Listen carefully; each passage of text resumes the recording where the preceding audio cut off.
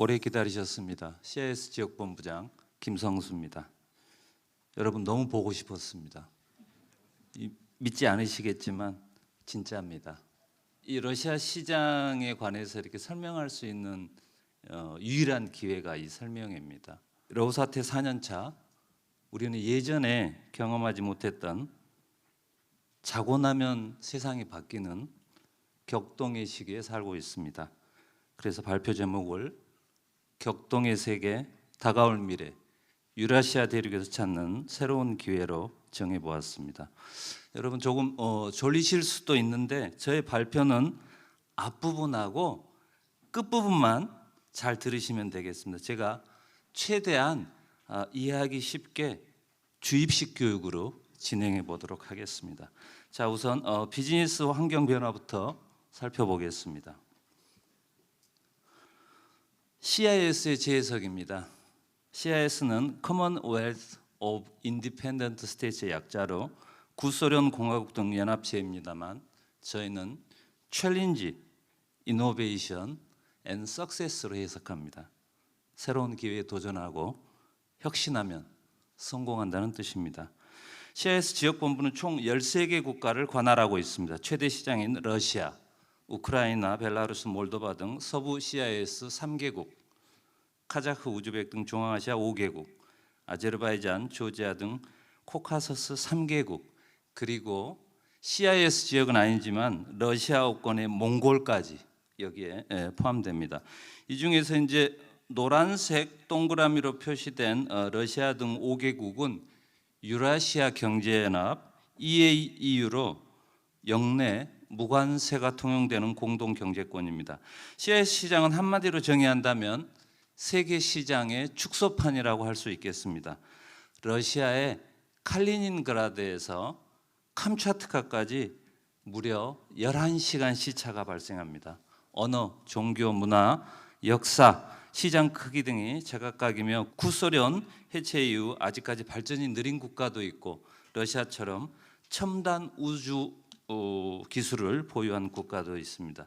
굳이 공통점이라고 한다면 러시아어가 대부분 통용된다는 점과 한류 정도를 꼽을 수가 있겠습니다. 그 외 민주화 정도, 경제 발전, 개방화 정도, 인구와 소득 수준 모든 게 다 제각각입니다. CIS는 다양한 색깔이 공존하는 전환기 미래 유망 시장이다라고 정의할 수가 있겠습니다. 러시아를 제외한 모든 국가가 글로벌 사우스 국가입니다. 설명드린 바와 같이 시장 규모에서부터 1인당 GDP, 비즈니스 성숙도 그리고 종교까지 모두 다릅니다. 여러분이 오른쪽 표에 보시면 정교회이지만 정교회 십자가 모양이 다 다르죠. 중앙아는 이슬람, 몽골은 불교입니다. 자, 여러분 이 숫자로 보시기에 조금 불편하실 수가 있어서 제가 여러분의 이해를 돕기 위해서 아예 메뉴판을 만들었습니다. 자, 이것이 유라시안 마켓 메뉴판입니다. 잘 보이실지 모르겠지만 시장 상황에 따라서 흑백 요리로 구분했습니다.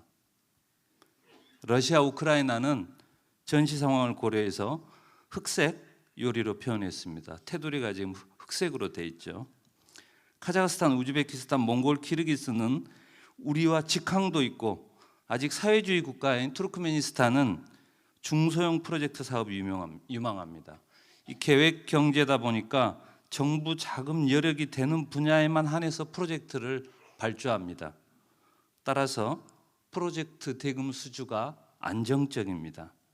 자, 메뉴를 고르기 힘드신 분들은 왼쪽에 무역관 추천 메뉴를 이용하시는 것도 방법입니다. 자, 예를 들어서 나는 스타터로 CIS 시장의 테스트 마켓인 몽골, 그 다음에 메인으로는 최대 시장인 러시아와 전략적 요충지로 부상하는 중앙아, 또 디저트로 미개척 시장인 조지아를 선택할 수가 있겠습니다. 자, CIS 시장 정리하겠습니다. 먼저 평균 연령이 낮은 젊은 시장입니다. 우즈벡은 평균 연령이 29.3세이며 대부분 중앙아 국가는 평균 연령이 낮습니다. 자, 두 번째, 페어웨이 안착률이 높은 시장입니다. 여러분 골프 좋아하시는지 모르겠습니다. 자, 여기가 이제 제가 서 있는 자리가 여기가 한국이잖아요. 여기 이렇게 드라이브 날리는데 여기서 이제 방향을 유라시아 쪽을 보고 그냥 대충 때리면 페어웨이입니다. 그죠? 자, 제가 방향을 바꿔 보겠습니다. 이쪽으로. 자, 이쪽으로 보고 때리면 어떻게 되겠어요, 여러분?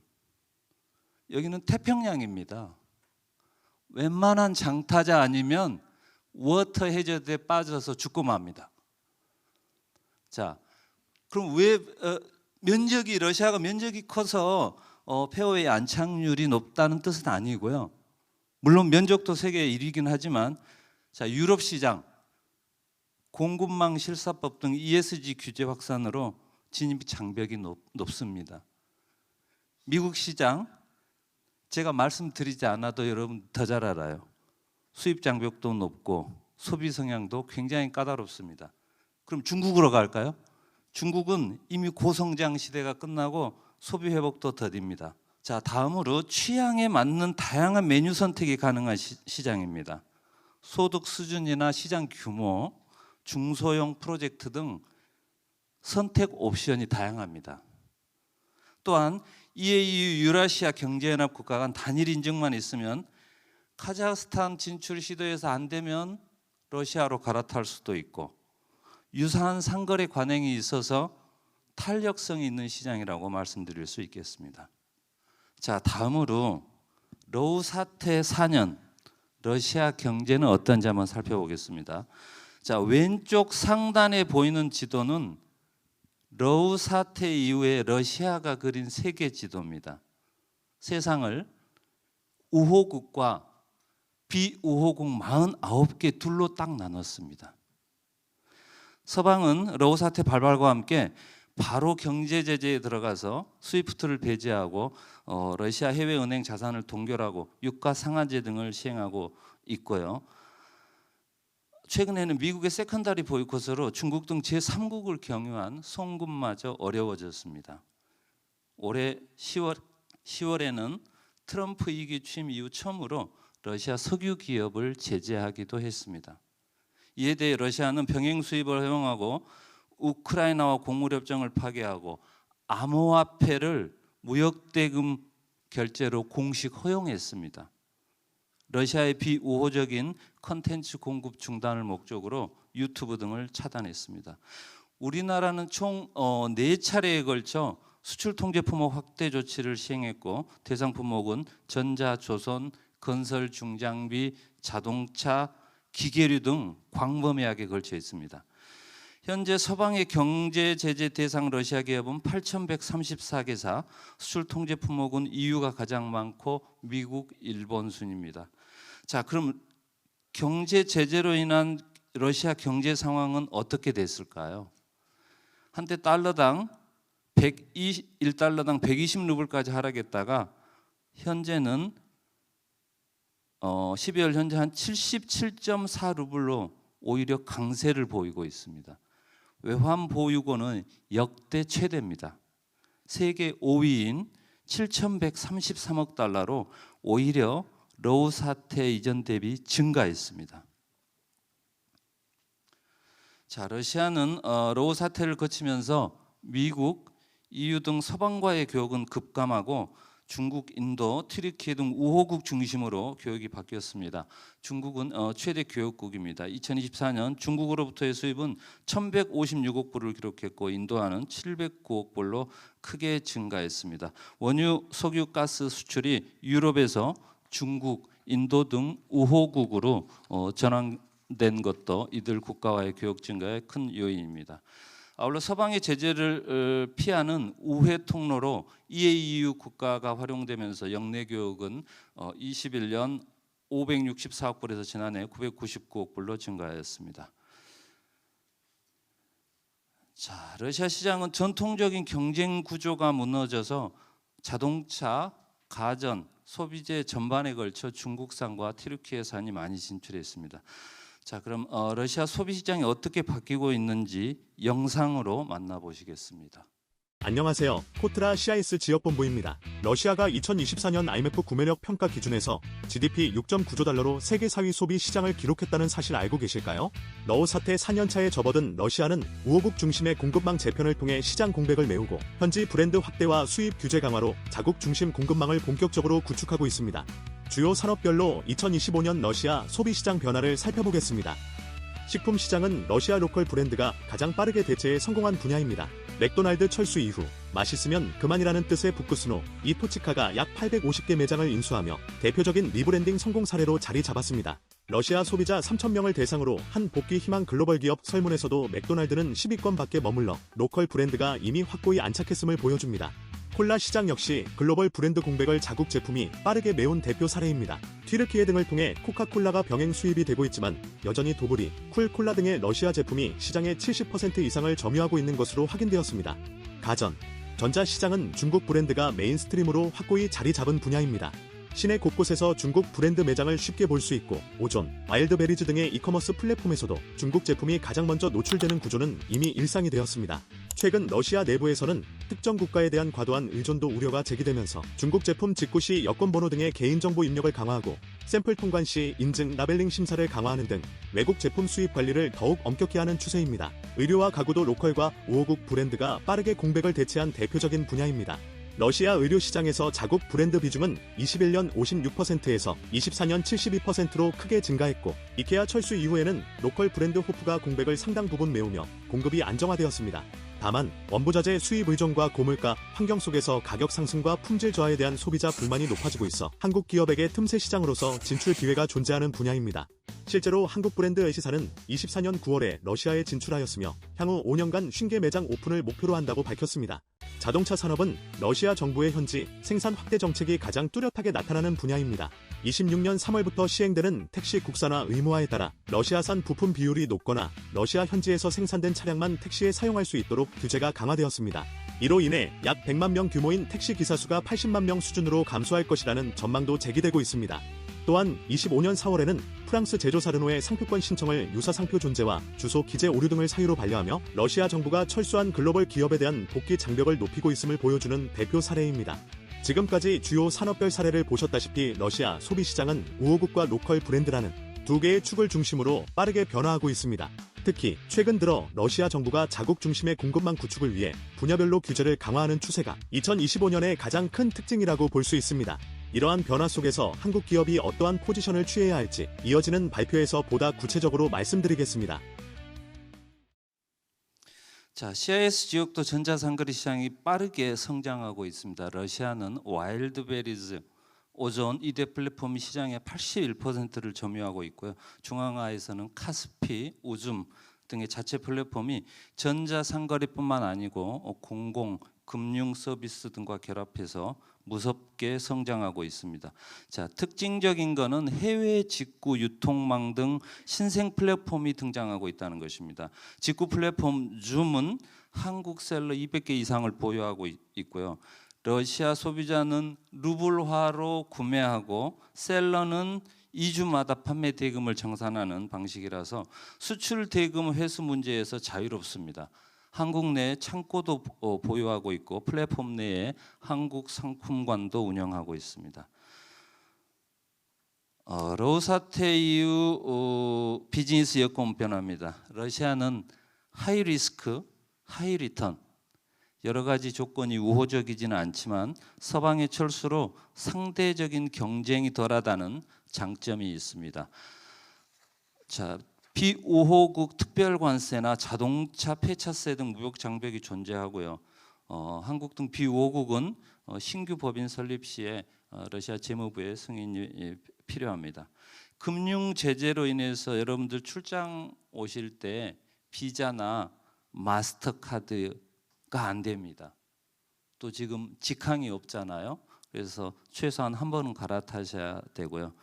외국인 핸드폰 심카드 발급도 제한해서 비즈니스 출장이 다소 불편해진 것은 사실이나 금년도 10월에 모스크바 인터참 화장품 박람회에 우리 기업 한 100여 개사가 참가하는 등 세일즈 출장은 계속되고 있습니다. 대러 수출 통제 관련 사항입니다. 우리나라의 수출 통제 품목은 현재 1,402개 품목입니다.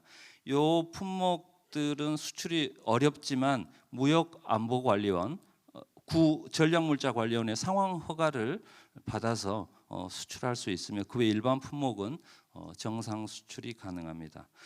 이런 상품도 될까요? 추운 나라에 웬 아이스크림? 한국 아이스크림 인기 많습니다. 보드카 나라에 웬 숙취 해소제? 됩니다. 애견용품, 동물 사료, 러시아 고양이 4천만 마리, 반려견 2천만 마리 시장입니다. 자, 현재 대러 비즈니스 최대 애로사항은 무역 결제 대금 회수입니다.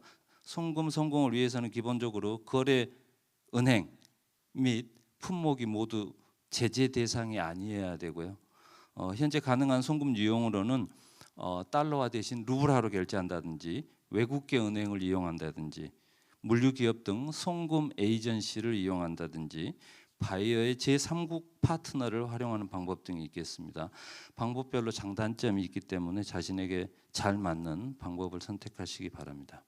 자, 러우 사태로 물류 요건도 크게 바뀌었습니다. 중국발 물량은 증가하고 한국발 물량은 해상 항공 모두 당연히 감소했습니다.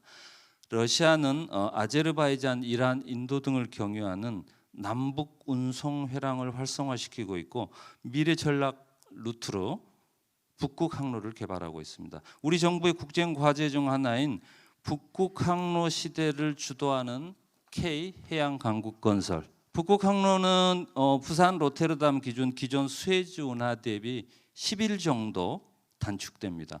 문제는 겨울철 운항을 위한 쇄빙선이 필요한데 현재 대러 제재로 인해서 쇄빙선을 확보하기가 어려워졌습니다. 러시아는 조선소 현대화에 많은 투자를 하겠다고 밝혔고요. 2035년까지 225억 달러를 투자해서 운송 물량을 2억 톤으로 끌어올리겠다는 계획입니다. 자, 한국은 극지형 특수 선박 건조 능력, 북극 항로 항해에 적합한 스마트 내비게이션 등 ICT 기술, 좋은 기자재 및 MRO 서비스, 항만 설계 및 운영 경험 등에서 강점을 보유하고 있습니다. 러시아가 북극 항로 개발에 강력한 엔진이라면 한국은 그 동력이 원활히 작동하도록 하는 고급 윤활유가 될 수 있습니다. 러우 사태 영향으로 대러 수출은 축소되고 중앙화는 큰 폭으로 증가했습니다. 우리나라의 CIS 10월 수출은 전년 동기 대비 20% 정도 증가한 120억 불입니다. 지금 권역별로 보면 20%대 증가한 지역이 유일할 겁니다. 대러 수출의 경우 증가 품목은 자동차, 화장품, 의약품 등이고 중앙화는 자동차, 화장품, 건설 중장비 등입니다. 대러 수출 통제 품목 확대에도 불구하고 대CIS 수출은 선방하고 있다 이렇게 말씀드릴 수가 있겠습니다. 다음으로 투자 환경입니다. 대러 투자는 급감하고 중앙화로 투자가 이동하고 있으며 중국이 압도적인 대CIS 최대 투자국입니다. 한편 튀르키예, UAE 등의 투자 진출도 지속 증가하고 있습니다. 러우 사태 이후에 한러 이중 과세 방지 협정이 폐기되고 스위프트 배제로 납입 자본금이나 이익금의 본국 송금 등이 제한되는 등 비우호국의 투자 진출 여건은 악화됐습니다. 한편 러시아 정부는 자국 산업 육성을 최우선 과제로 두고 종전 이후에 복귀 희망하는 외국 기업에 대해서 건별로 깐깐한 심사를 예고하고 있습니다. 한편 우리 기업의 대CIS 투자액은 최근 3년간 꾸준히 증가 추세입니다. 대러시아 진출 기업의 영업 현황은 분야별로 현지 생산이 중단된 자동차, 가전은 영업 부진을 겪고 있으나 식품, 서비스업 등 분야는 오히려 영업 호조세를 보이고 있습니다. 중앙화 및 몽골은 다양한 분야에 걸쳐 진출이 확대되고 있습니다. 다음으로 주요 통상 이슈와 시장 전망입니다. 여러분이 가장 궁금해하는 질문일 것 같아요. 러우 사태는 언제 종식될까요? 3년 10개월째 계속되고 있습니다. 사실 작년 이맘때 트럼프의 당선으로 러우 사태가 이제 곧 종식될 거라는 기대감이 컸지만 안타깝게도 러우 사태는 현재 진행형입니다. 이 종전 협상은 복잡한 퍼즐 맞추기라고 할 수 있겠습니다. 러시아는 근본 원인을 제거하자고 하고 우크라이나는 안전 보장을 각각 요구합니다. 미국은 trick or treat, 자국에게 이득이 되는 무언가를 원한다는 거죠. 자, 작게는 노벨 평화상이든 히토류 개발이든 러시아 동결 자산을 활용해서 재건 사업을 주도하겠다는 등 뭔가 이득이 되는 것을 바라는 것 같고요. 이 밖에도 이제 영토라든지 제재, 동결 자산 등 다양한 이슈가 맞물려 있습니다. 저희는 이를 큐브 형식으로 표현해 봤는데요. 결국 이 6개 모든 면을 맞춰야 종전이 된다고 하면 상당한 시간과 갈등이 동반되어 어려울 수 있습니다. 이에 당사자들의 양보로 한 면만 맞추면 종전이 빨리 올 수 있겠죠. 결국 누가 어디까지 포기하고 타협하는지가 종전 협상의 관건이라고 볼 수 있습니다. 자, 오른쪽에 이제 종전 협상 진행도가 나와 있는데 트럼프 당선으로 저희가 이제 24시간 안에 트럼프가 전쟁을 끝낸다고 했잖아요. 근데 왜 이렇게 24시간이 길어요? 그 다음에 트럼프하고 또 푸틴하고 정상 회담도 하고 또 휴전 합의도 하고 무슨 또 평화 합의도 한다 그러고 그랬지만 결국은 미국이 안 되겠다 싶어가지고 이제 제재를 때린 상황이고 지금 28개 종전 협의안 20개 그다음에 계속 논의가 진전이 되고 있습니다. 이게 너무 어려운 질문이라서 사실은 저희가 AI한테 종전이 언제 될지 한번 물어봤습니다. AI한테. 자, AI의 답변입니다. 다양한 이해관계 충돌 속에 단기 종전 가능성은 비관적이라고 답했습니다. 그러나 저는 대세는 종전을 향한 빠른 발걸음, 머지않은 시점에 종전이라고 말씀드리고 싶습니다. 자, AI가 맞는지 제가 맞는지 내년에 한번 보겠습니다.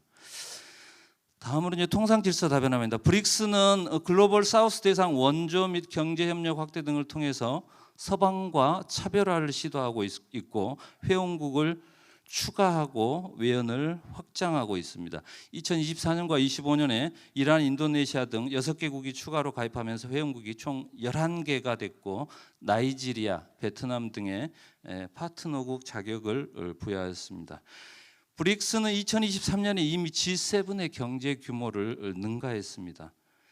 브릭스는 다자주의 통상 질서 구축이 목표입니다. 이를 위해서 회원국 간 거래 시에 자국 통화 사용 확대에 합의하고 자체 국제 금융망 구축 등을 위해서 노력하고 있습니다. 그러나 한계점도 존재합니다. 특히 미국 트럼프 대통령은 최근 브릭스를 견제하는 발언을 쏟아내고 있습니다. 자, 한편 중앙아시아 등 타 CIS 국가들은 러시아 의존도를 탈피하기 위해서 대외 무역 협정 등 다자 협력을 확대하고 있습니다. 우리나라 역시 러시아 외에도 타 CIS 국가들과 경제 교류 확대를 위해 포괄적 경제 동반자 협정과 무역 투자 프레임워크를 체결하고 협의 중에 있습니다. 자, 러시아는 지금 글로벌 스탠다드를 거부하고 러시안 스탠다드를 구축하는 중입니다. ICT 분야의 자국 소프트웨어 개발 사용을 장려하고 있습니다.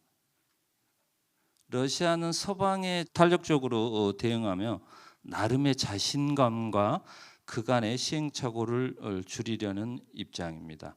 자, 중국과의 관계를 보겠습니다. 러우 사태 직후에 중국이 많이 도와줬어요. 그래서 고마웠어. 그렇지만 시장이 지금 안정화됐어. 그래서 지금은 Thank you China, but in a favorable way for both. 둘 다 우호적인 관계로 가자. 자, 이거는 이제 중앙화의 전략적 가치인데요. 제가 시간이 많이 남지 않은 관계상 빠르게 진행을 하도록 하겠습니다. 자, 중앙화는 하여튼 이게 몽탄, 우리 몽골 플러스 동탄의 합성어인데 이런 비즈니스 모델을 몽골에서 성공한 케이스를 중앙화로 가져와서 확산시키려고 하는 거고요. 거기에 이제 단품 수출이 아닌 플랫폼 수출하고 연결해서 어떤 CU 이런 유통망 플랫폼을 많이 수출하려고 하는 것입니다. 자, 한때 동서양 교육의 중심지로 고대 비단길로 알려진 중앙화에 공급망 한류 에너지 3대 실크로드로 새로운 경제 협력의 장을 열어가야 됩니다. 자, 제조업 육성인데 요거는 건너뛰겠습니다. 자, 진출 전략입니다. 저희 CIS 지역본부의 전술은 축구의 5-3-2 포메이션입니다.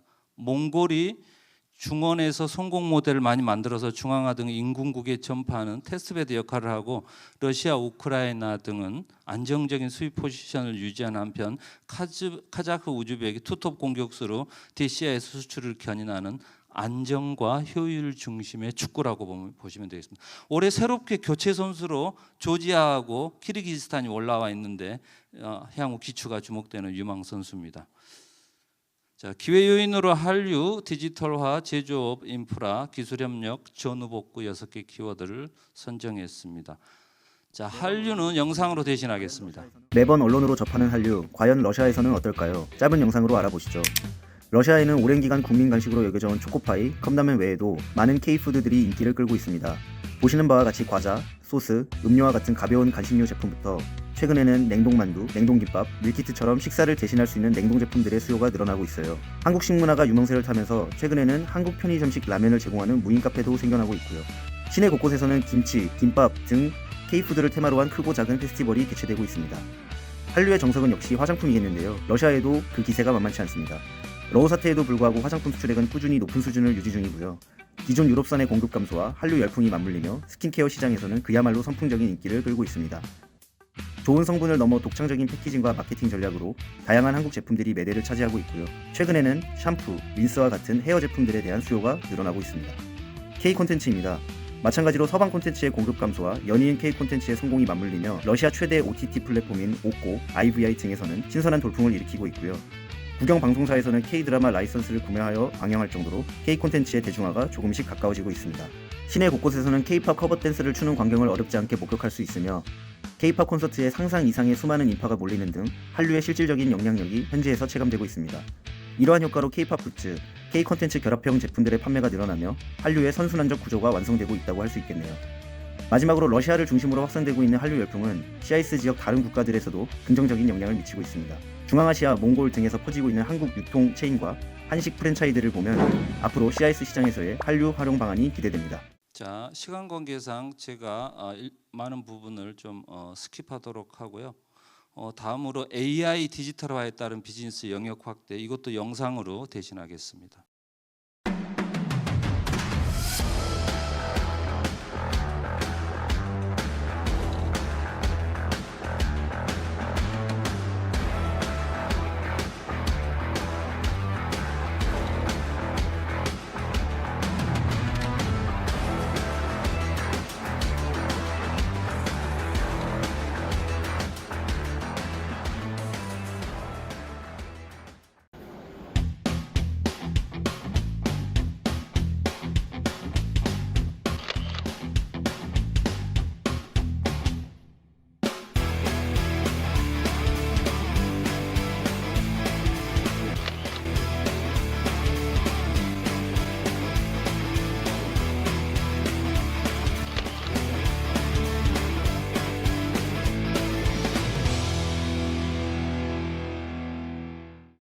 자, 방금 보신 거는 러시아에서 실제로 사용되고 있는 AI 기능의 ATM기입니다.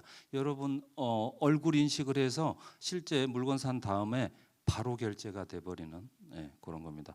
자, 유망 품목과 서비스는 자료로 대체하고요. CIS의 전략적 가치도 자료로 대하겠습니다. 자, 마지막으로 아직 갈 길이 많이 남았지만 그래도 러우 사태 종식에 대한 기대감은 여전히 높아지고 있습니다. 그럼 우리는 어떻게 대비해야 할까요? 7가지 키워드로 러우 사태를 대비하는 방법, 종전 이후를 대비하는 방법에 대해 말씀드리겠습니다. 자, 수출 시장으로서의 리셋이 필요합니다. 전략적 포지셔닝으로 중소 중견 진출을 강화하고 전략적 M&A를 모색할 필요가 있습니다. 두 번째, 예측보다는 빠른 업데이트가 필요합니다. 러우 사태 관련해서 모든 예측은 지금까지 다 빗나갔습니다. 자, 날씨 예보가 틀렸을 때 할 수 있는 게 뭐예요? 지금 빨리 날씨를 업데이트를 해야 되는 겁니다. 자, 시시각각 변하는 시장을 면밀히 체크해야 된다는 얘기죠. 다음으로 다양한 시나리오가 필요합니다. 예측은 어렵지만 리스크 관리를 위한 다양한 시나리오는 꼭 필요합니다. 생존을 위한 포트폴리오를 마련해야 합니다. 비제재 품목으로 품목과 업종을 다변화해야 됩니다. 중국, 베트남 등 제3국을 활용한 전략적 협업이 필요합니다. 그 다음으로 손익보다는 관계 중심, 바이어와의 관계 유지가 중요하며 한 번 상실한 네트워크는 복원에 많은 비용과 시간이 소요됩니다. 워밍업 필요하겠죠. 안심 표시 확대 등 달라진 비즈니스 환경 변화를 꿰고 있어야 하고 인증 획득도 미리 준비해야 합니다. 자, 가운데 그림은 얼굴 없는 작가 뱅크시의 노워라는 작품입니다. 전쟁이 하루빨리 종식되고 비즈니스가 원활해지기를 바랍니다. 자, 오른쪽은 러시아 우수 기술입니다. 러시아가 개발한 코로나 백신, 테트리스로 알려진 1984년 소련이 개발한 최초의 게임입니다. SNS 보안성이 우수한 텔레그램입니다. 자, 마지막으로 러시아의 대문호이자 시인 푸시킨의 시로 저의 발표를 가름하겠습니다. 아마 연세 있으신 분은 예전 이발소 벽에 걸린 19절일 수도 있겠습니다. 삶이 그대를 속일지라도 슬퍼하거나 노하지 말라. 서러운 날은 참고 견디면 즐거운 날이 오리니. 마음은 미래에 살고 현재는 언제나 슬픈 것. 모든 것은 순식간에 지나가고 지나간 것은 또 그리워지리니. 푸시킨 시처럼 분명 어둠은 끝이 나고 빛이 밝아올 것입니다. 자, 다시 연결, 다시 대륙으로, 다시 미래로. 유라시아 대륙의 리셋 비즈니스 CIS 지역본부가 여러분의 등대가 되겠습니다. 감사합니다.